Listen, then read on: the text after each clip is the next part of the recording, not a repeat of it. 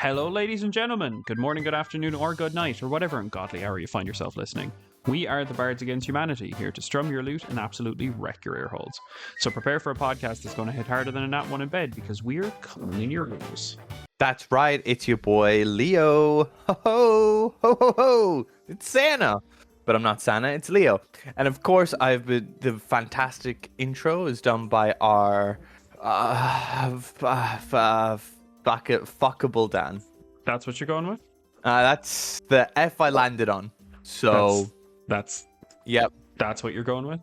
Do you not remember so many years ago when you were a child, granted, and someone said you had a fuckable mouth? God, that's a throwback to when Omegle.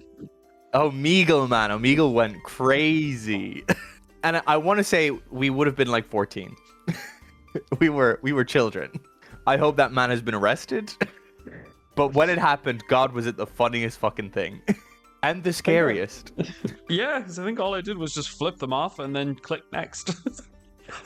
Well, it was me, you, and Cal, I believe. I'm pretty certain you flipped them off, and I'm like, next, Boogeyman. Yeah. Oh, what a birthday.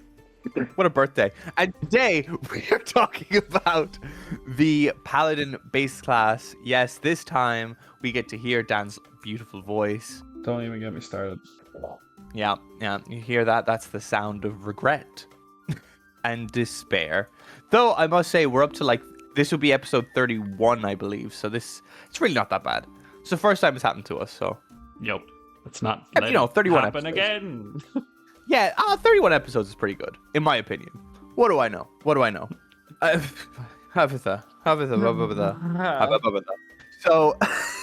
So, Paladin base class. Are you excited? You pumped? To go through a class I don't normally care about again? Sure, yeah, let's go with that. My favorite part is because I've been doing the editing, and I was the one who found the missing audio, and even then I console you being like, oh, the Paladin class isn't that bad. so I've put in all that's happened is that trauma has been added to this class, to a class you already not dislike, but didn't care for in the first place. Yeah. One of your favorite phrases when it's an ability you don't particularly like is, I don't care for it. I just don't care for it. Do I say that a lot? I think you've said it a few times. Oh, good lord. Good You're lord. now Anyway. going to cop yourself every time you say it now. Yeah, I am. That's the worst bit. So, I'm going to introduce Paladin class, so Dan doesn't have to. because I think he might either just stop talking through contest, or he'll just put in some more slurs, which are unnecessary. So, Incredible. Paladins.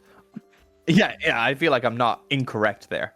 Paladins are united by their oaths to stand against the forces of annihilation and corruption, whether sworn before a god's altar, in a sacred glade before nature's spirits, or in a moment of desperation and grief with the dead as the only witness. A paladin's oath is a powerful bond. It is a source of power that turns a devout warrior into a blessed champion. Paladins train to learn the skills of combat, mastering a variety of weapons and armor. How do you master armor? Anyway. It fits me so well. Even so, their martial skills are secondary to magical power they wield. Power to heal the injured, smite their foes, and protect the helpless, and those who fight on their side. Almost by definition, the life of a paladin is an adventuring life, for every paladin lives on the line of the cosmic struggle against annihilation. Fighters are rare enough among the ranks of the world's armies, but even fewer can claim the calling of a paladin. When they do receive the call, these blessed folk turn from their former occupations and take up arms and magic. That's a comment I was going to make on mastering a variety of weapons and armor, and the only thing I could come up with for armor was, look how fast I can put it on, and then just you're dressed. Yeah, like how do you master armor? It fits me. I suppose if it's heavy armor, you gotta master being able to maneuver in it pretty deftly. Well, you still have disadvantage on stealth, so you don't need to move that well. Look, I can stand, I can walk. I look so pretty. There's a difference between moving stealthily and moving loudly and moving well. moving well doesn't necessarily mean you're going to be stealthy about it. Exactly, Those plates, exactly. they gonna clink. They gonna clinkety clank that bad boy. But like you're in a cave, and it's like, oh, you got a nat 20 on your stealth check. Just clank, clank, clank, clank, clank, clank, clank, clank. What was that? Must have been the cave. The many sounds of the cave. Clank, clank, clank, clank, clank, clank, clank, clank. Oh, just on that note, I love the ideas. I've seen it somewhere on the internet of a paladin or like a barbarian or something who's like really shit at stealth, but like just walks down this hallway with 2 guards watching him and just goes, "Hey, you stop." He looks them dead in the eyes, glares at them, and just says, "You didn't fucking see me, understand?" Roll intimidation stealth. It's like, oh, okay. And they just like walk to the side of the hallway and he keeps going. I must say, I don't know when it truly started. Maybe it's always been the case, and I've just been getting the content within the last 6 months. But I'm loving the cartoon animated, like hand-drawn animated D&D adventures. They're great. Oh, I'm really enjoying it. Well, whoever's making it, well done. I appreciate you immensely. You're doing a great job. Well done. Thank you very much. Anyway, getting back on track. What do they get at level 1? At level 1, Paladins have a feature called Divine Sense. Back in 2014, Divine Sense was the presence of strong evil registers on your senses like a noxious odor, and powerful good rings like heavenly music in your ears. As an action, you can open up your awareness to detect such forces. Until the end of your next turn, you know the location of any celestial, fiend, or undead within 60 feet of you that is not behind total cover. You know the type of any being whose presence you sense, but not its identity, like it gives the example of Count Strad von Zarovich. With the same radius, you can also detect the presence of any place or object that has been consecrated or desecrated, as with the Hallow spell. You can use this feature a number of times equal to 1 plus your charisma modifier, and when you finish a long rest, you gain all expended uses. Now for 2024, this is just built straight into Channel Divinity, so it is a Channel Divinity feature. The main change is it's now a bonus action instead of an action, and the magical effect lasts for 10 minutes. You know the type and location of any of those creatures, and it doesn't specify anything about total cover or anything like that. You can just sense them as long as they're within 60 feet of you. Also, you now get it at level 3 with your Channel Divinity instead of just getting it at level 1. That too. Yeah. It seems fine. I personally, I'm not super bothered by it. They didn't change anything else. Well, we'll find out regarding the Channel Divinity. But we'll see. I didn't bother using it. So, I mean, it was a whole action. Why would you? I have other actions to do. I got other shit to do. So, maybe now that it's a bonus action, I'll use it. Who knows? I know I won't be. I don't tend to touch Paladin. We all know that you have a brand new lack of appreciation for the Paladin. I'm blaming my mic issues on Paladin. I hope you understand. What you also get at level 1 is you get Lay on Hands. So in 2024, your Blessed Touch can heal wounds. You have a pool of healing power that replenishes you when you finish a long rest. With that pool, you can restore a number of hit points equal to 5 times your Paladin level. As a bonus action, you can touch a creature, which could be yourself, wink wink, and draw power from a pool of healing to restore a number of hit points to that creature, up to a maximum amount remaining in the pool. You can also expend 5 hit points from the pool of healing power to remove the poison condition from the creature. Condition. Condition. I was going to continue the accent, and I thought, you know what, maybe I shouldn't. Those points don't also restore hit points to that creature. Now, the Lay on Hands is exceptionally similar from 2014. The only difference is that this feature had no effect on undead and constructs. Now it does, I assume because they realized some people want to play as undead and don't want to be penalized for it.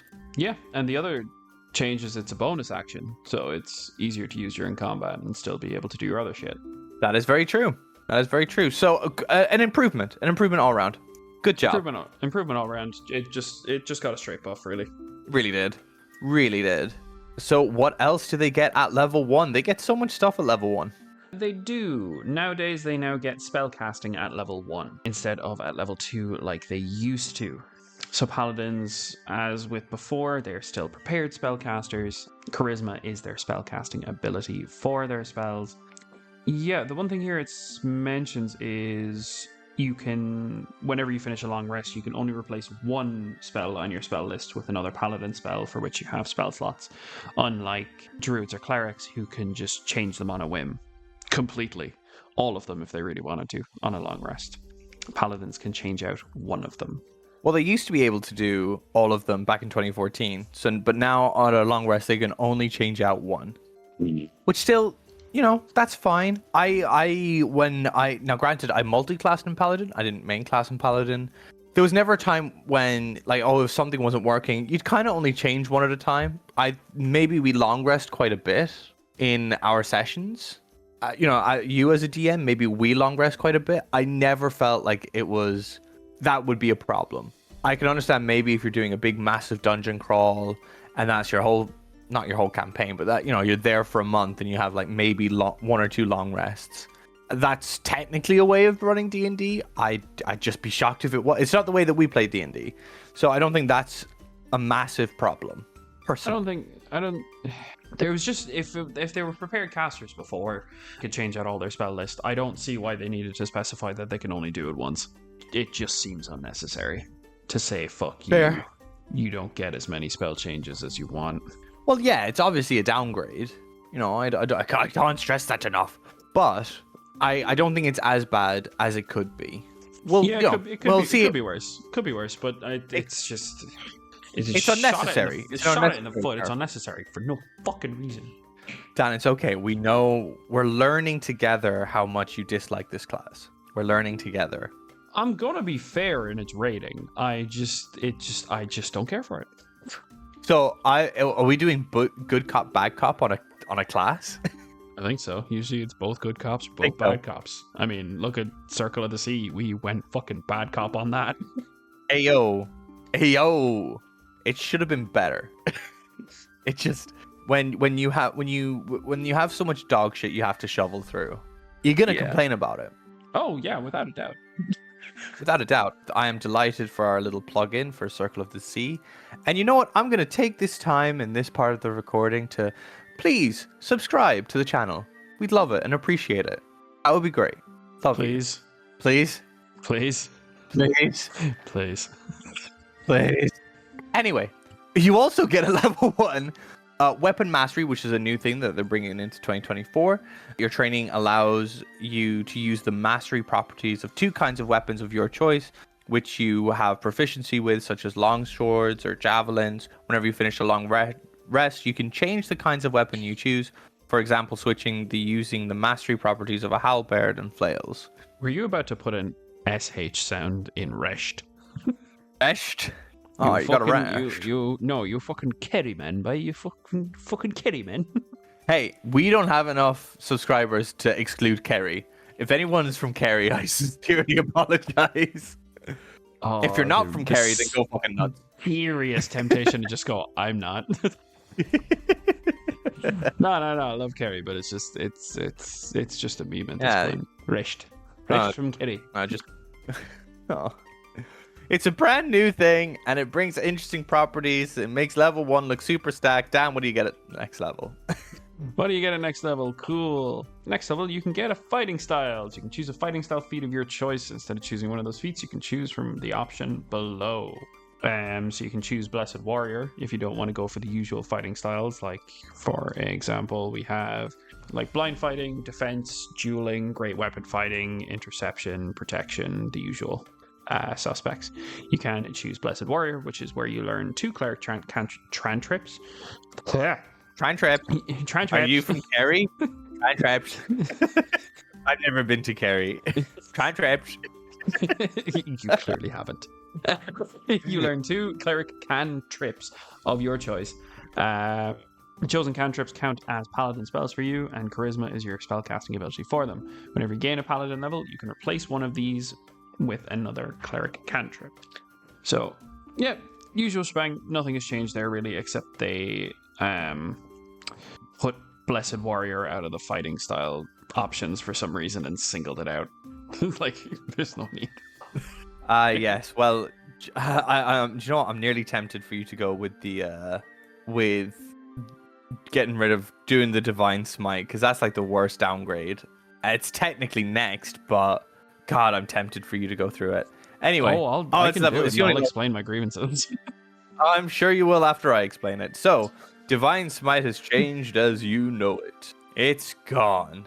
No longer is it. It is now Paladin Smite. Anyone who knows anything about D&D knows what a Divine Smite is, and all the DMs are all like, "Ooh, I don't like it."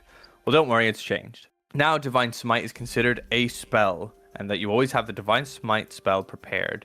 You can cast it without expending a spell slot, but you must finish a long rest before you cast. Fuck it, I've said rest again. God fucking damn it. You prick. I blame you.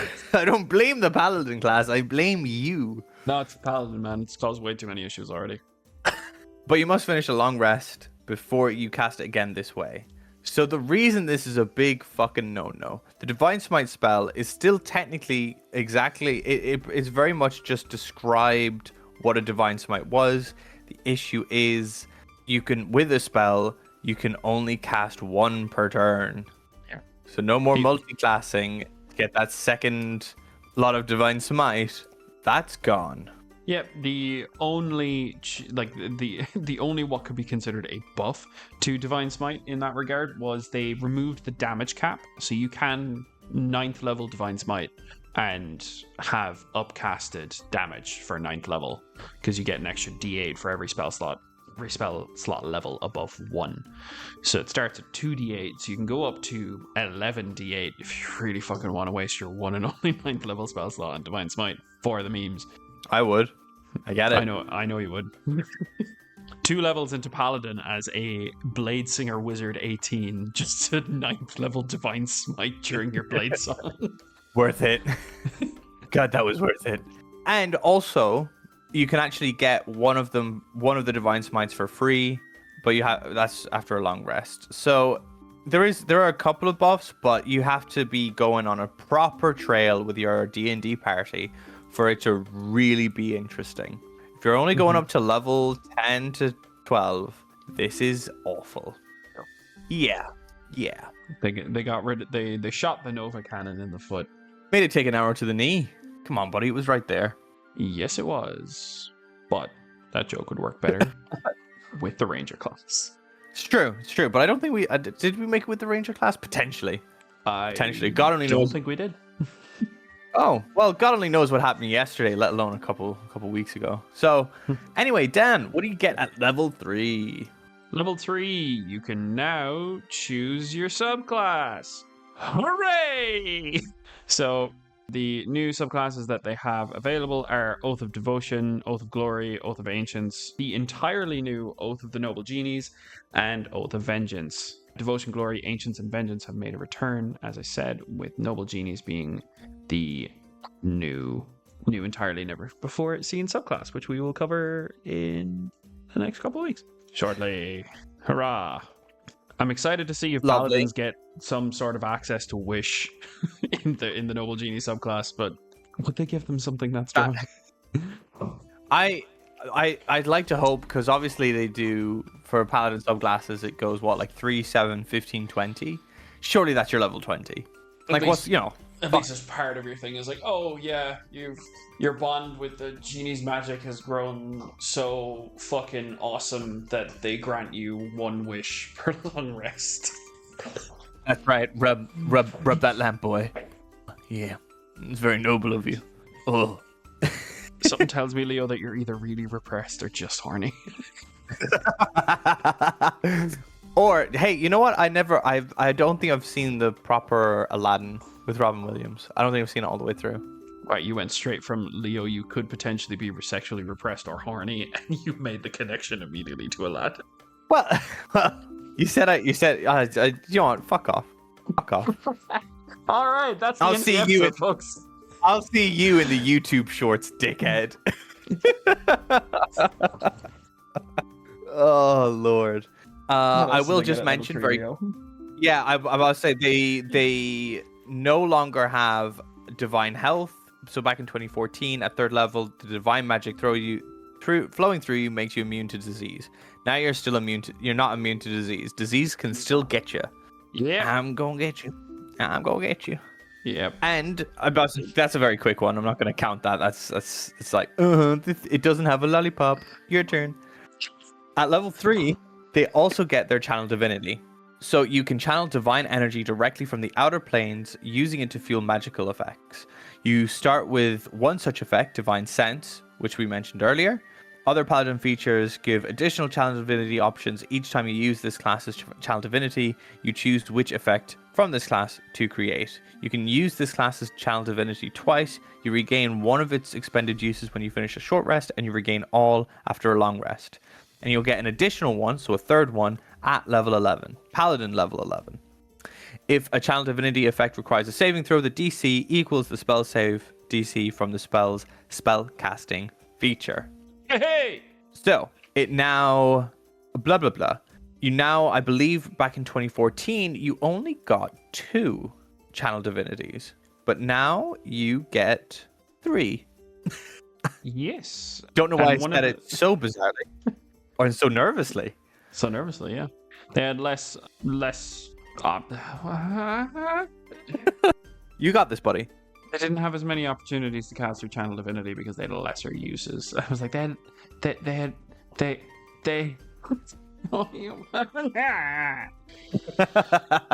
The Paladin has broken down.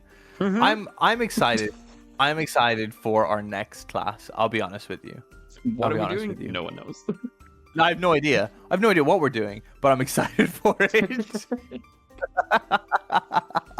Oh, I suppose one I'm of just the things we excited. should go over was an optional feature that they no longer have, which was Harness Divine Power. That's very true. Go for it. So basically, Harness Divine Power was a 3rd level option that was one of the optional features you could add onto Paladin, where you could expend a channel divinity to fuel your spells, and as a bonus action, touch your holy symbol, utter a prayer, and regain 1 expended spell slot, the level of which could be no higher than half your proficiency bonus rounded up. And the number of times you could use this feature based on your level, on the level you reach in this class, is 3rd level once, 7th level twice, and 15th level thrice. You gain all expended uses when you finish a long rest. So it does actually, wait, hold on. So it does seem you have 3 uses of channel divinity. In the old one, we're just dumb. So you must get it much later. I'm off searching. Later. Much later. Come here to me. Come here to me. Knowledge. Come on, you little fucking sphinx. Where are you? Where are you? There's usually a table for this shit. They don't have a table. They don't have a table. They actually don't even mention it either. So that's we must get 3. I'm going to assume it's much later. Oh, I know what it is. I know what the difference is. You do get your 2 from the get-go, and back in 2014 you only got the 1. I'm pretty certain at level 15 you get your 3rd. I'm pretty certain that the Harness Divine Power is when you get your Channel Divinity 1, 2, 3. So you get your Channel Divinity a lot sooner. That's what it is. I remember. We've done this twice. We can do this properly. Can we? Can we? I'm sure we can. I'm sure we can. Now, in 2024, they do have an interesting part, which I think is specifically for the DMs and the more role-playing aspect of D&D, which I'm delighted they're kind of leaning in towards, and that's breaking your oath. So a paladin tries to hold the highest standards of conduct, but even the most dedicated are fallible. Sometimes a paladin transgresses on their oath. A paladin who has broken a vow typically seeks absolution, spending an all-night vigil as a sign of penitence. I know I've butchered that word, I don't care. Or undertaking a fast. And furious. That's so irritating. I can't remember the little jingle before Tokyo Drift. Irritating. After a rite of forgiveness, the paladin starts with... Is it? Is that it? Yeah. Yeah. We can't play this, but just... Oh no! I know why. Because that's the high bit, and there's a dong dong dong dong. Yeah, no, I'm there. I got confused. Yeah, you got it now. I got you got it. Yeah. You're there. You know what I'm talking about. I haven't just lost my fucking mind. If your paladin unrepentantly violates their oath, talk to your DM. Your paladin should probably take a more appropriate subclass, or even abandon the class and adopt a new one. an interesting moment for the DM that I think it more like highlights the concept for a DM where they're like, oh, this paladin isn't acting properly. Well, you've chosen the subclass unless you want me to kill him off. Now you don't have to do that. You can keep your memories while still changing to a more appropriate class. Though I'm pretty shocked considering they've added this in that they haven't included changes to Oathbreaker. Now I know it's relatively new, but you know, still, just to drive that point home. Who gives a shit about the Oath of the Ancients? I can honestly see this being a really cool one for... Just take Oath of Devotion, for example, because if you're devoting your essence to a goal of being a person, that you become tempted by a greater evil power somewhere down the line where it convinces you're not enough, that you're not able to protect those that you love. So you eventually swear fealty to this like ancient fae creature that's just completely stone cold evil. So you've broken your oath of devotion because you're no longer devoted to the cause, and thus giving you the option to switch to a warlock class. Well, I think the that's fair.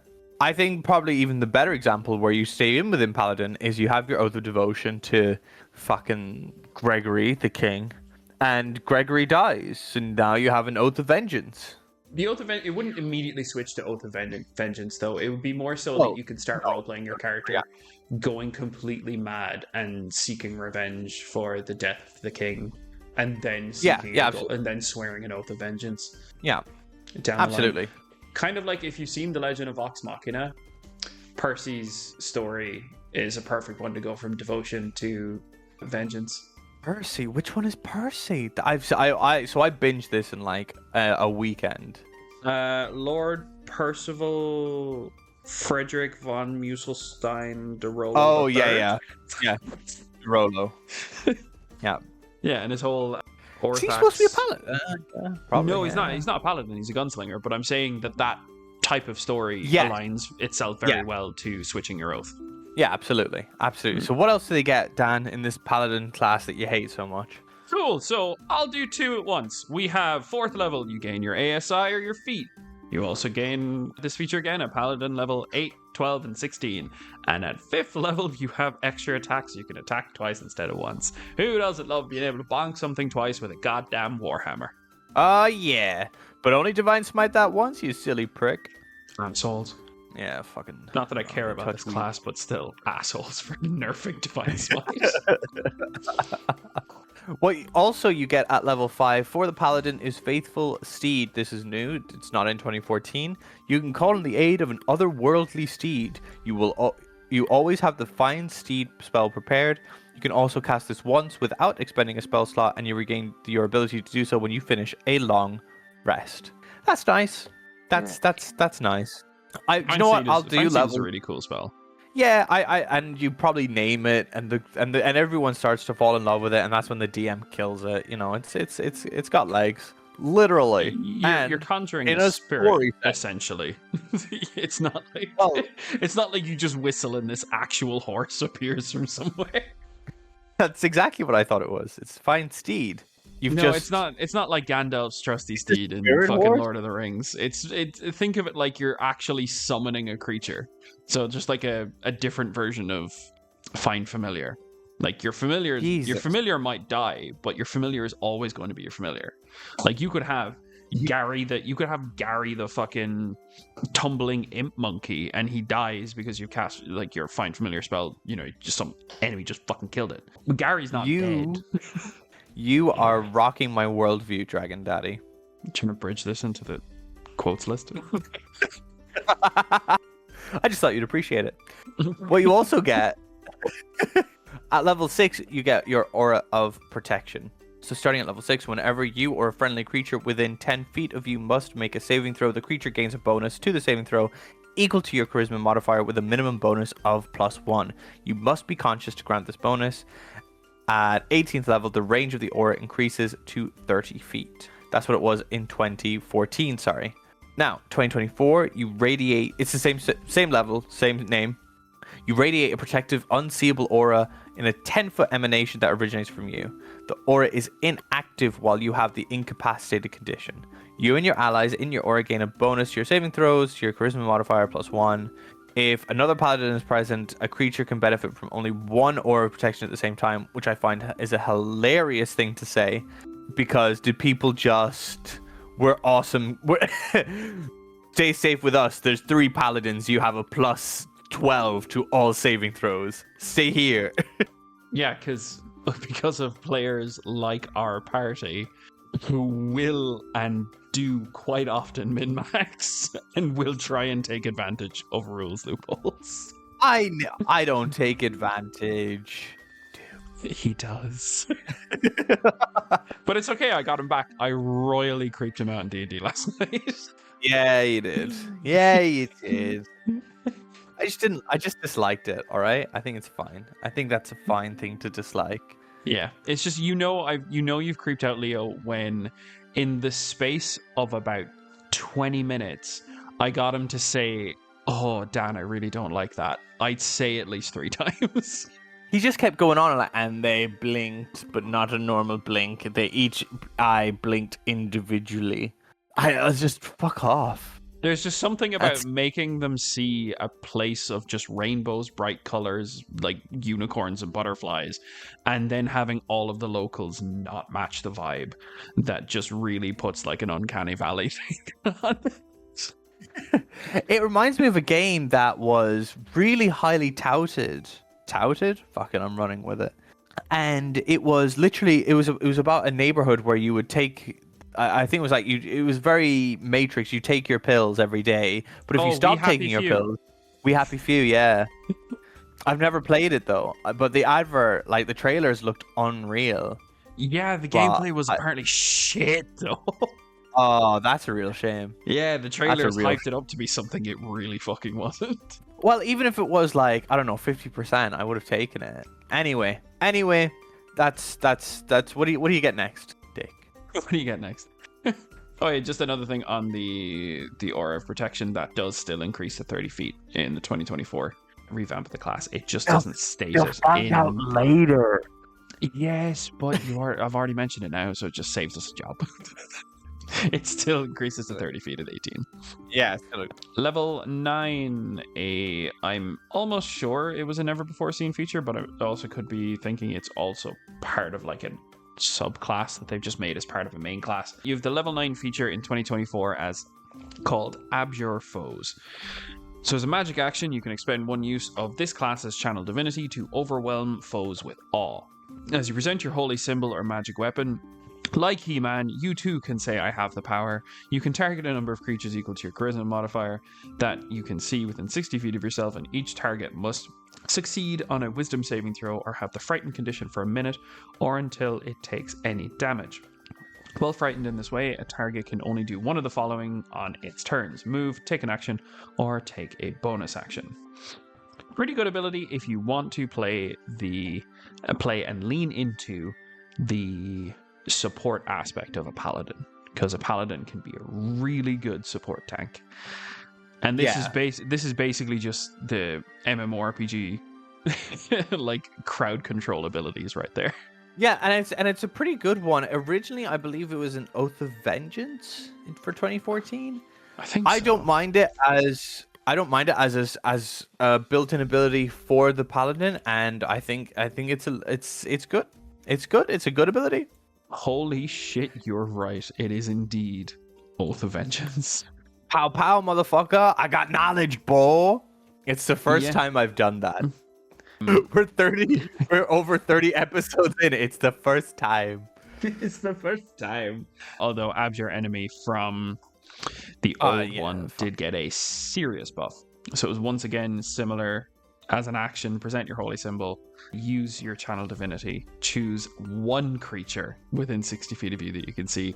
That creature makes a wisdom save unless it is immune to being frightened. Fiends and undead have disadvantage on the save.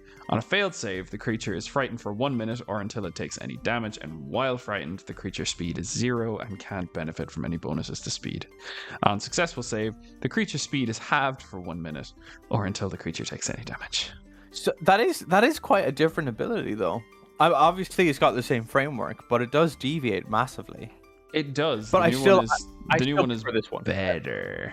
Yeah, the new one's better. obviously, now granted, it doesn't say anything if they do succeed on the save, what happens to them, but what if they don't succeed, it hurts them. It hurts them real bad. Some real bad. So, level 10, you get your Aura of Courage. So you and your allies have immunity to the frightened condition while in your Aura of Protection. If a frightened ally enters the aura, that condition has no effect on that ally while there. Now, this, kind of semi-similar. In 2014, it just said, you and friendly creatures within 10 feet of you can't be frightened while you are conscious. It didn't attach it to the Aura of Protection. And it doesn't mention if an ally moves within that feet within you, then it loses its condition as well. While they're there. And of course, 18th level, the range of this aura is increased to 30 feet, which is exactly the same, but with less text. Yeah. Not bad. They're messing around. Fucking yeah. Yeah, just yeah. Just the one thing I can see that the reason that they specified that if an ally enters the aura, the frightened condition has no effect on them while they're in that aura is probably a point of clarification, because in the old version it said allies can't be frightened while in this aura. So the argument would be but you could make an argument that's they were frightened outside the aura, but when they come inside the aura, are they still frightened? Or is it they're just immune to becoming frightened while they're in the aura? So I think that's why there's been an extra line of text saying that if they enter, the frightened condition has no effect. Yeah, no, it makes it better. It makes it better for sure, because in 2014, I would argue that if you were 15 feet away and you got 10 feet closer, then you're frightened. You're just really close to your paladin. Yeah. So it's an improvement. It's an improvement. What do you get at level 14, Dan? Oh wait, no, I've missed one. I've missed one. You have, yeah. I've missed one. Go ahead. You go with 11. I tricked you. Okay, level 11, you have Radiant Strikes. So when you hit a target with an attack roll using a melee weapon or unarmed strike, love that they clarify unarmed strike, the target takes an extra d8 of radiant damage. Beforehand, it was just whenever you hit a creature with a melee weapon, the creature takes an extra d8 of radiant damage. Sometimes you want to just use your fists and smite down your enemies with the slightly improved holy power of your goddamn knuckles. So the fact that they've gone and added in unarmed strikes to so many abilities that really just made sense to be able to use as an unarmed strike is good. I like it. It's definitely improved. I like it too. I find it hilarious that because it was so synonymous with the 2014 one is called the Improved Divine Smite, but you can't use it every attack now anymore, or at least try to, because obviously you are limited by your spell slots. But the Radiant Strikes, I'm glad it's still there, and I'm with you. I think Unarmored Strike is hilarious. Just fishing for a piston. Fishing for a piston. That's a fucking phrase. So at level 4, so level 14, back in 2014 you had Cleansing Touch. So you can use your action to end one spell on yourself or one willing creature that you touch. You can use this feature a number of times equal to your charisma modifier, minimum of once, and you regain the expended uses when you finish a long rest. That is now gone. Now it's Restoring Touch. So when you use Lay on Hands on a creature, you can also remove one of the following conditions from that creature: blinded, charmed, deafened, frightened, paralyzed, or stunned. You must expend 5 hit points from the healing pool of Lay on Hands for each of these conditions you remove. These points don't also restore hit points to that creature. Now, I know that you could remove any spell, but I actually kind of nearly prefer the conditions, because it could be the effect of a spell that has been and gone, if that makes sense, or a legendary action, which isn't considered a spell, even though I keep asking and waiting because I've got my Mage Slayer ready, and yet Dan's like, no, it's a legendary action, it doesn't count. Restoring Touch kind of circumvents all that. It does, yeah. So I think this is a great improvement. I really like this change. Hell yeah. Charmed Charmed in general is a very debilitating condition, and just having the ability to just say, no, is pretty good.